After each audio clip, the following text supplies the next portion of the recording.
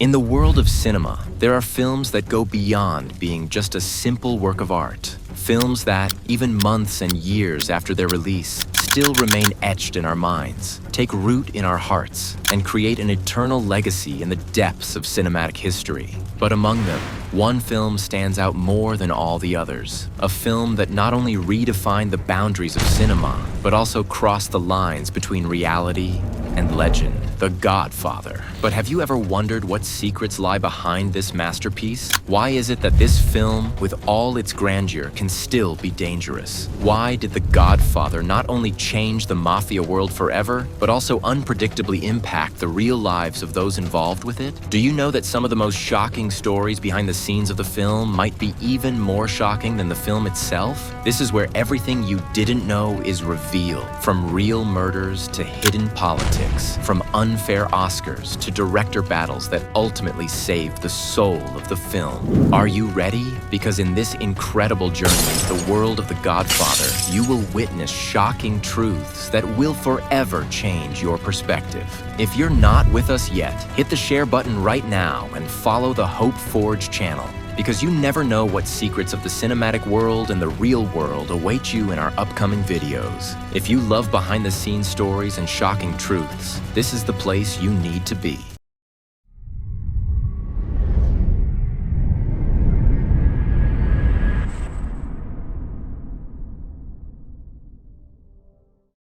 In the 1960s, when talks about making a film about the Mafia began, New York's criminal gangs became deeply concerned. The Godfather was not just a movie, it was a portrayal of their dark and mysterious world. But why didn't the Mafia want this film to be made? It all started when Mario Puzo, an Italian-American writer, wrote a novel that quickly became the best-selling book of the year. The story depicted the Corleone family, exploring themes of power, betrayal, and revenge. When Hollywood decided to bring this story to the big screen, the Mafia's worst fear came true. The American public would see a realistic depiction of their world. Francis Ford Coppola, the young director tasked with making the film, quickly realized he was stepping into dangerous territory. Early in the production process, the threats began. The Mafia didn't want the words Mafia or Cosa Nostra to be used in the film. They leveraged their influence to negotiate with the film's producers. Meanwhile, Joe Colombo, one of the bosses of New York's 5 families and the leader of the Italian-American Civil Rights League, got involved. He claimed that the film would make all Italian-Americans look like criminals. But behind this claim was the Mafia's fear of exposing some of their secrets. Colombo and his men stormed the production offices in New York, destroyed filming equipment, and used intimidation to try to halt production. The producers, unwilling to get into a direct conflict with the Mafia, found a solution: negotiate with Colombo. In a secret meeting, they agreed that the word Mafia would never be mentioned in the film. With this compromise, the film was allowed to proceed, but this was not the end of the story. A few months later, just before filming began, Joe Colombo was shot by an unknown assailant at a public event. He survived, but was left paralyzed. Some believe the attack was a warning from other Mafia members who felt he had become too involved with Hollywood. In the end, The Godfather was made and became one of the greatest films in cinema history. But behind its success lay a world of threats, secret negotiations, and a battle between Hollywood and the Mafia. A battle that proved even the underground world of crime couldn't stop a legendary story from being told.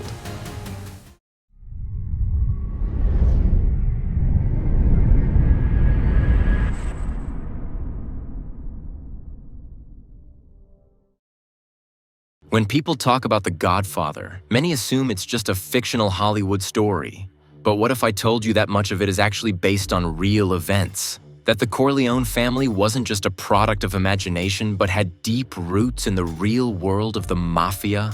To find the truth, we need to look at the lives of some of the most notorious figures in organized crime.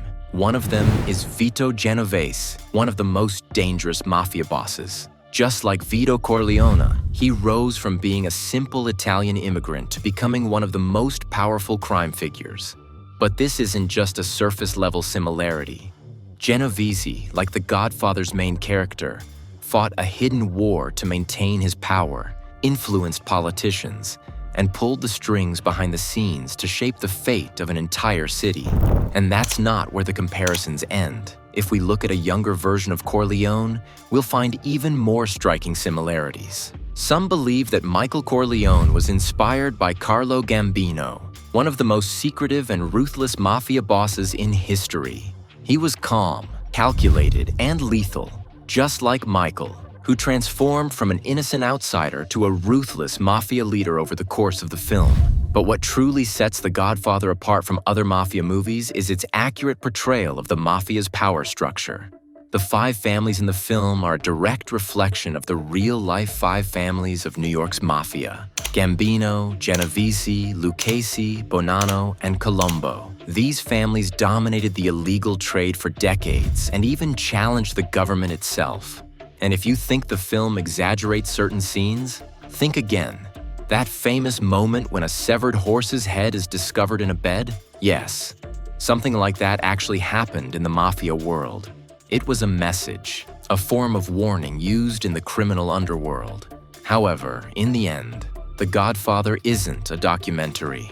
It's a masterful blend of reality and storytelling. That's what made it not just one of the greatest films in cinematic history, but also one of the most realistic and impactful portrayals of the mafia world. Its lasting appeal? Perhaps it's the fact that we still don't know where the legend ends and the absolute truth begins.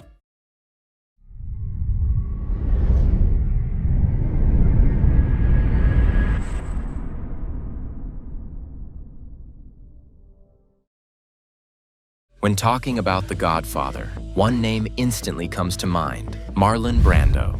The man who didn't just bring Vito Corleone to life, but changed Hollywood forever. Yet behind this legendary performance lies a story filled with conflict, ego, and hidden genius. By the 1970s, Brando was no longer at the top of his game. After a series of box office failures, studios were reluctant to hire him. But Francis Ford Coppola, the ambitious young director, was determined. This role belonged to Brando and no one else. The studios, however, were hesitant. Brando had a notorious reputation for being undisciplined, difficult, and uncontrollable on set, so they made a demand. He had to audition. At 47 years old, Brando stepped in front of the camera for his test. He slicked back his hair, stuffed tissue inside his cheeks to puff them out, and deepened his voice into a slow, gravelly tone. Within minutes, the legendary Vito Corleone was born. When the studio saw the test footage, they immediately realized this role was Brando's and Brando's alone. But his presence on set came with its own set of problems. Brando never memorized his lines. Instead, he preferred to read them from cue cards hidden around the set. He believed this method made his performance feel more natural. While some actors found it frustrating, no one could deny the result was extraordinary. And that wasn't the only issue. He frequently clashed with the production team. When producers tried to cut his salary, he threatened to walk away from the film. When someone dared to criticize him, he would fix them with a cold, unblinking stare, just like a real-life Godfather. Despite all the conflicts, Marlon Brando's performance became one of the most unforgettable in cinematic history. He won the Academy Award for Best Actor, but in a shocking move, he refused to accept it. Instead, he sent a Native American woman to take the stage and protest Hollywood's mistreatment of indigenous people, leaving the industry in shock. Marlon Brando was the true godfather of cinema, a man who, amid chaos and unpredictability, crafted a character that remains one of the most powerful and influential in film history. Without him, The Godfather wouldn't be the masterpiece we know today.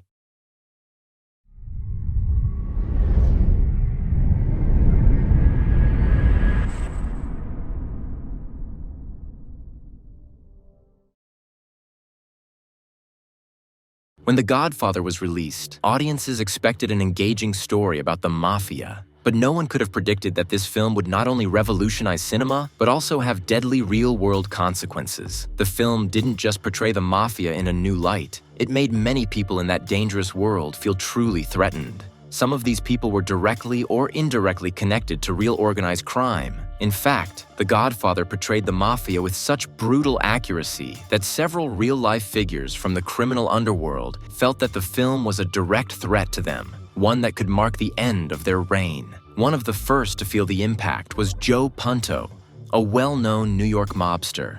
According to reports, Joe was threatened by individuals within the Mafia itself. Why?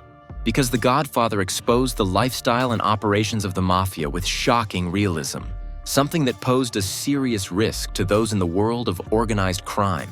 The threats escalated to the point that after certain scenes from the film were released, Joe Punto was mysteriously killed. Many in the underworld believed that his death was a direct result of the pressure caused by the film. But he wasn't the only one. Another figure closely tied to the film was Samuel "Sammy" Granzo, one of New York's most powerful mafia leaders. When the film premiered, Granzo felt that The Godfather was deliberately painting a negative image of the Mafia, something he and his associates found unacceptable. Known for his violent and ruthless nature, Granzo allegedly vowed to do whatever it took to stop the film's distribution.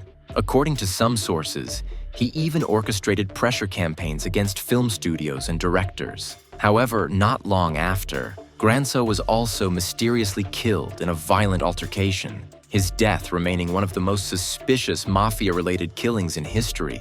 But these deaths weren't limited to the Mafia world. Some individuals indirectly involved in the film's production also became victims of this dangerous reality. One of the most shocking cases involved Marlon Brando, the legendary actor who played Vito Corleone. Throughout filming, Brando reportedly received multiple threats from the Mafia. In one particularly chilling instance, members of the Mafia allegedly warned him to step away from the role of Vito Corleone or face dire consequences. The threats became so serious that Brando required special protection during certain phases of the film's production.